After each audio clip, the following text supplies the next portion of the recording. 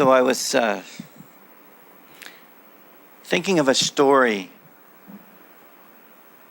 about Dr. Lewis.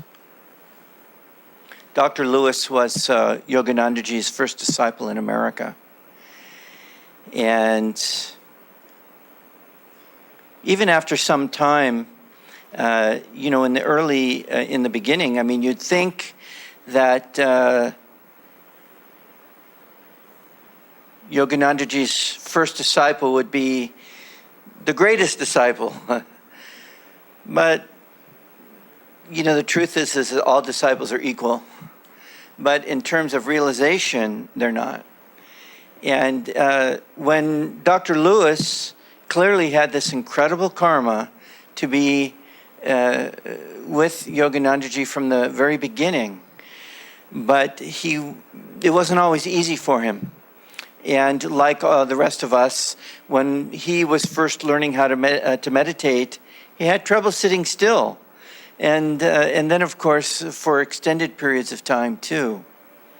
And one day, Yoganandaji took Dr. Lewis down to the beach. And the tide was out. And they sat down on the rocks. And Yoganandaji began to meditate. And, of course, he went off into samadhi, and the world disappeared as we know the world to be.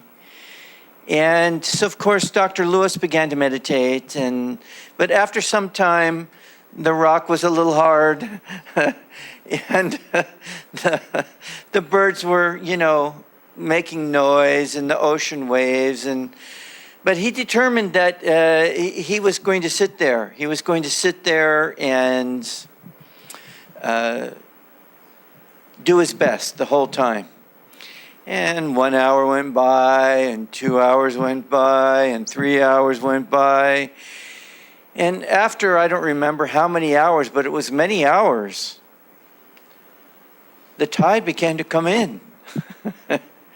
And the water began to get closer and closer, closer and closer. And of course, Dr. Lewis by then was, watching the waves get closer and looking over at Yoganandaji and hoping that he'd open his eyes.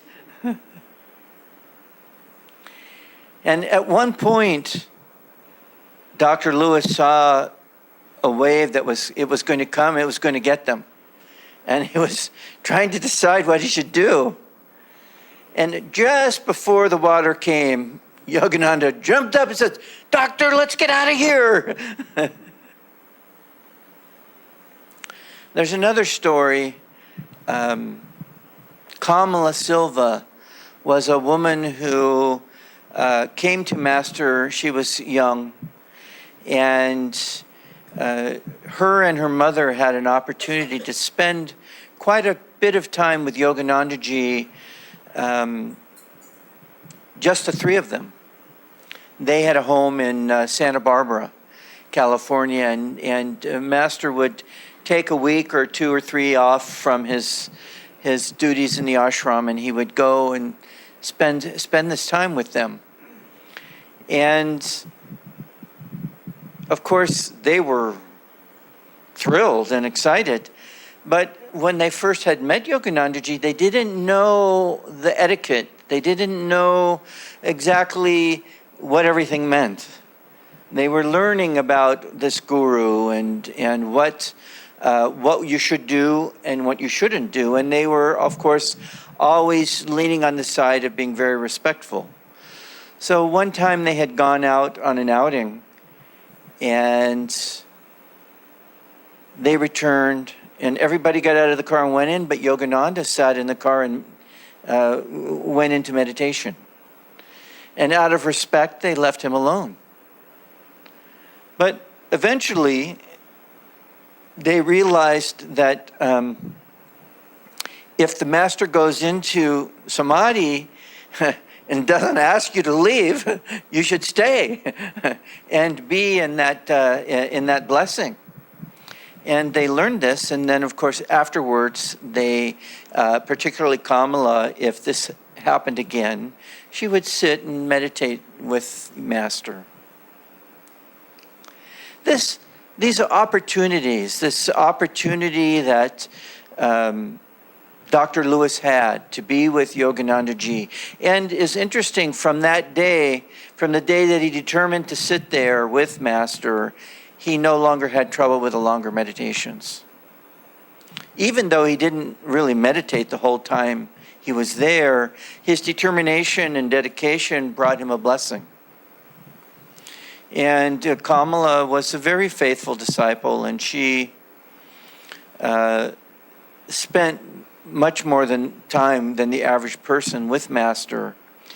And she gradually learned how to take advantage of this opportunity to be with the Master.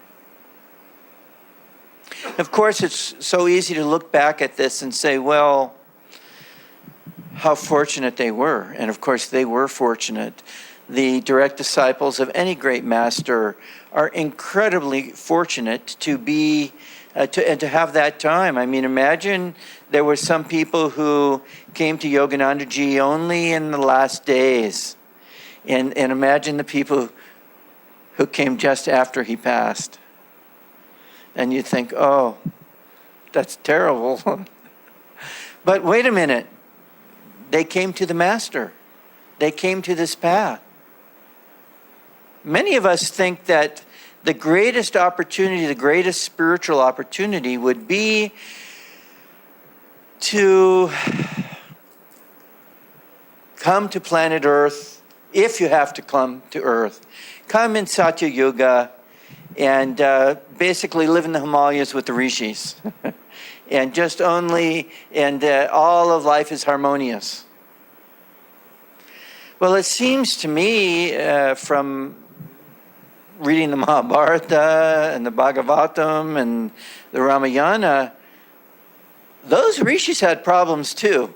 There was always something in this world that would present itself to disturb the harmony, even in the highest ages, because it's the nature of this world to have the polarities, duality, the pleasant, the not pleasant, the uplifting, the not so uplifting.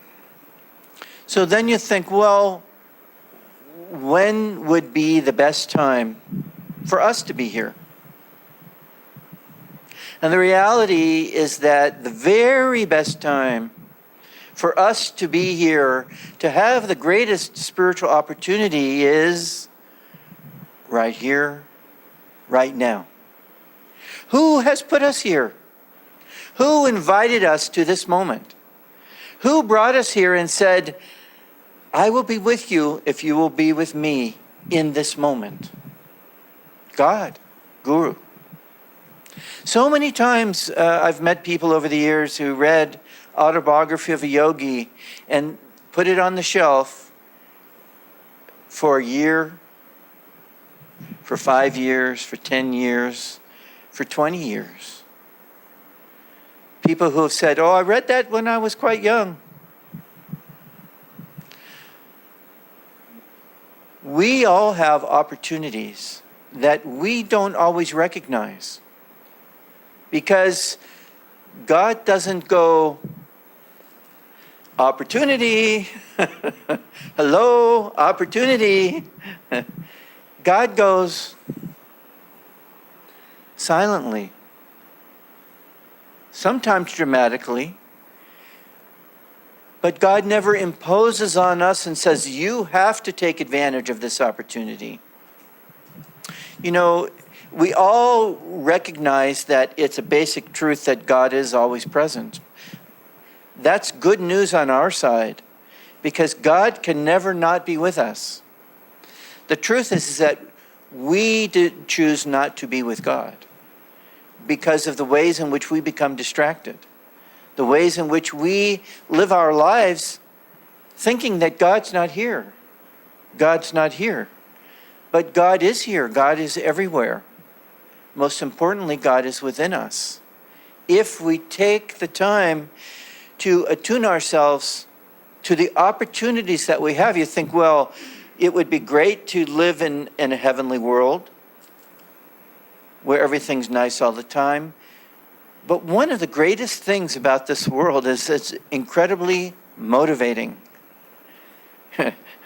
We think that it would be better spiritually to have harmony all the time. That actually is not correct. Saint Teresa of Avila said that if when discussing, sometimes there would be one of the nuns in the monastery would be a little bit hard to get along with.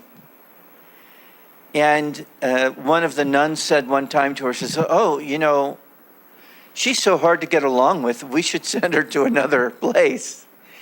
And St. Teresa says, "No, if we didn't have people like that here, we should import them. We should bring them in." Because it's the challenges in life that motivate us and smooth out the rough edges of our understanding. They give us the opportunity to improve ourselves. If we were not motivated and then be given opportunities to improve ourselves, then we would not be as successful spiritually as we're capable of. So a lot of times people think today we live in a very agitated world. If you look at the dark side of the world today, you see, well, the world had been at war. You know, Yoganandaji predicted that there would be World War III and World War IV. I'm personally, and this is strictly a personal opinion, I think the world has been at war for the last 30 years. There have been more people killed in wars around the world in the last 30 years than all the wars beforehand. It wasn't officially called World War III, but very, very difficult times in the last 20, 30 years on this planet.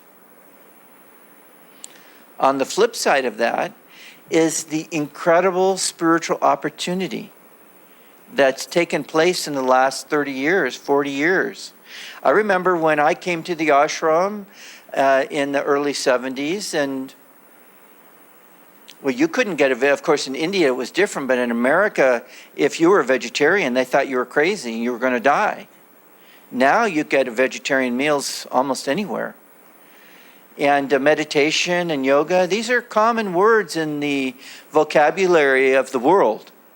If anybody says yoga, they may not think of the word yoga the way we do, but nevertheless, the word yoga and meditation are internationally known.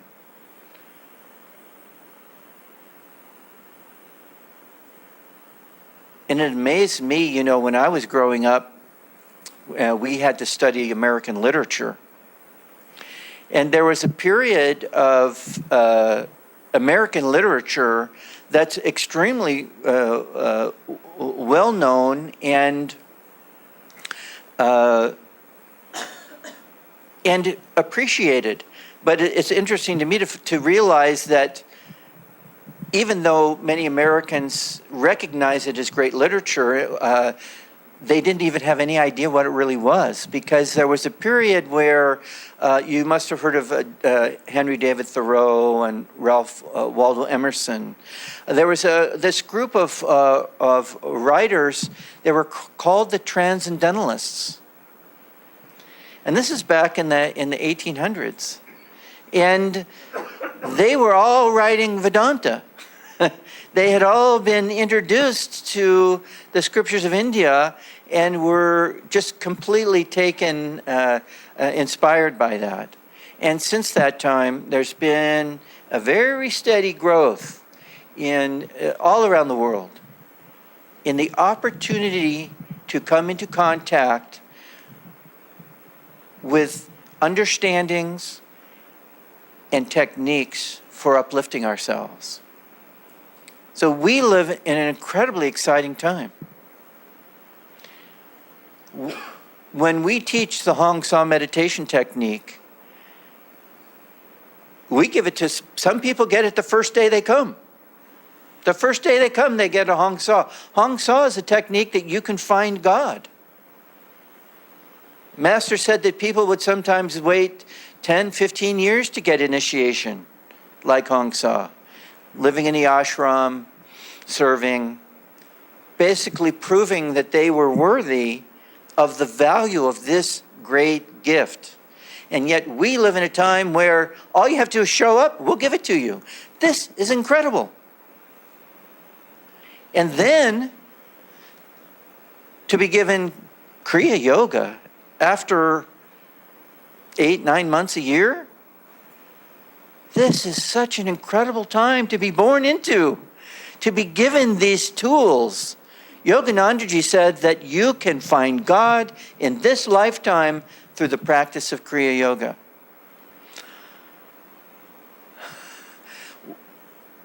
I don't know how there could be a greater opportunity than that, except that you meet the master, he touches you on the forehead, and you go into samadhi. I suppose that would be greater. But if you accept the idea that we must do our part, that we must aspire, that we must give ourselves to that inner relationship, the way we would give ourselves to young love.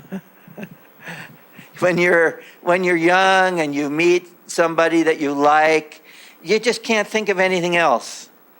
And if you think that they're mad at you or that they aren't going to see you for a short period of time, you're, oh, this is the way we have to love God.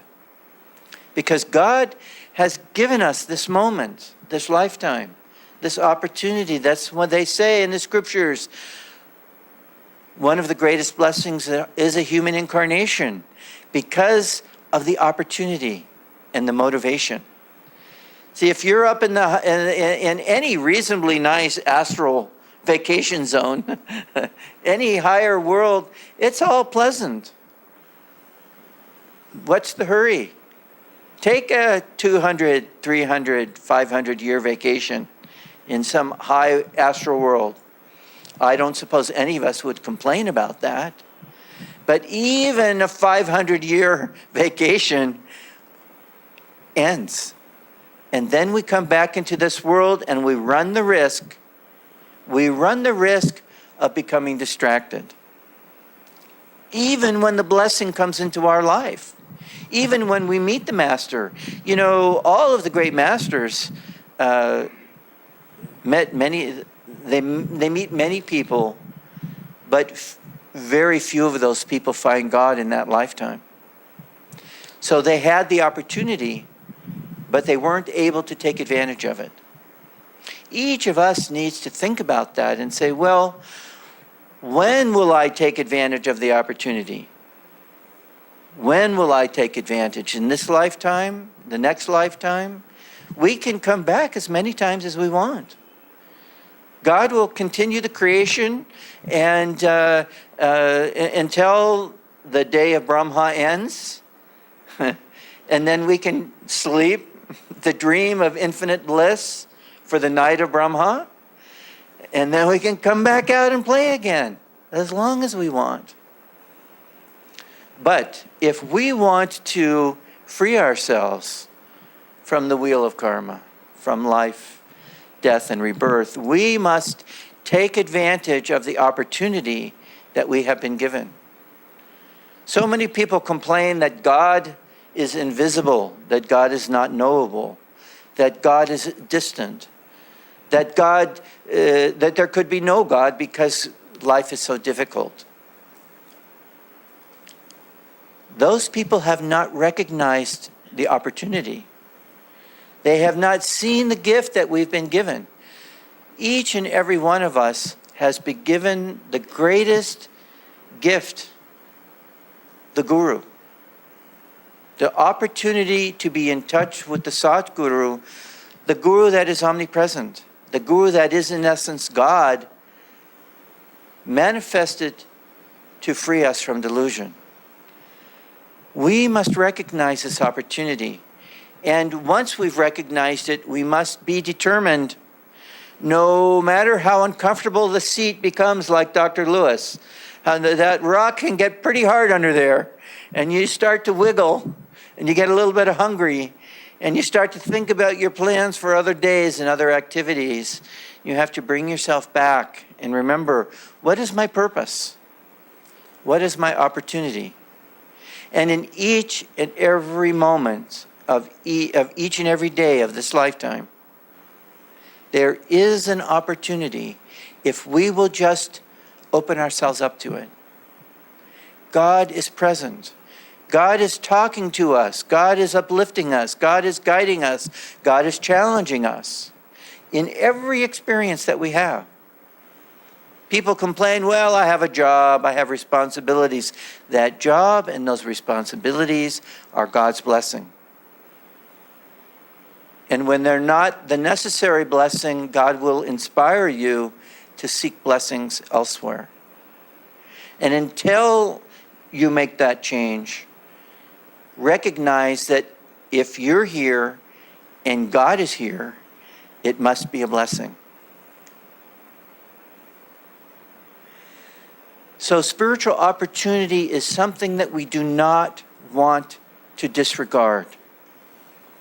We don't want to be the disciple who didn't recognize that it was important to sit there even though we weren't having a great meditation. We don't want to be the disciple that didn't recognize that sitting in the presence of the Master is a great blessing. Take a chance. Extend yourself. Give your life, if you can, every day more fully to God's presence.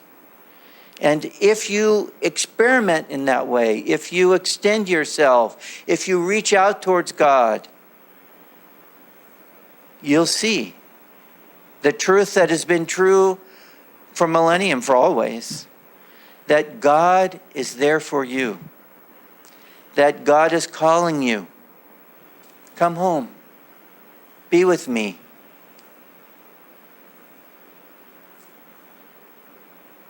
Namaskar.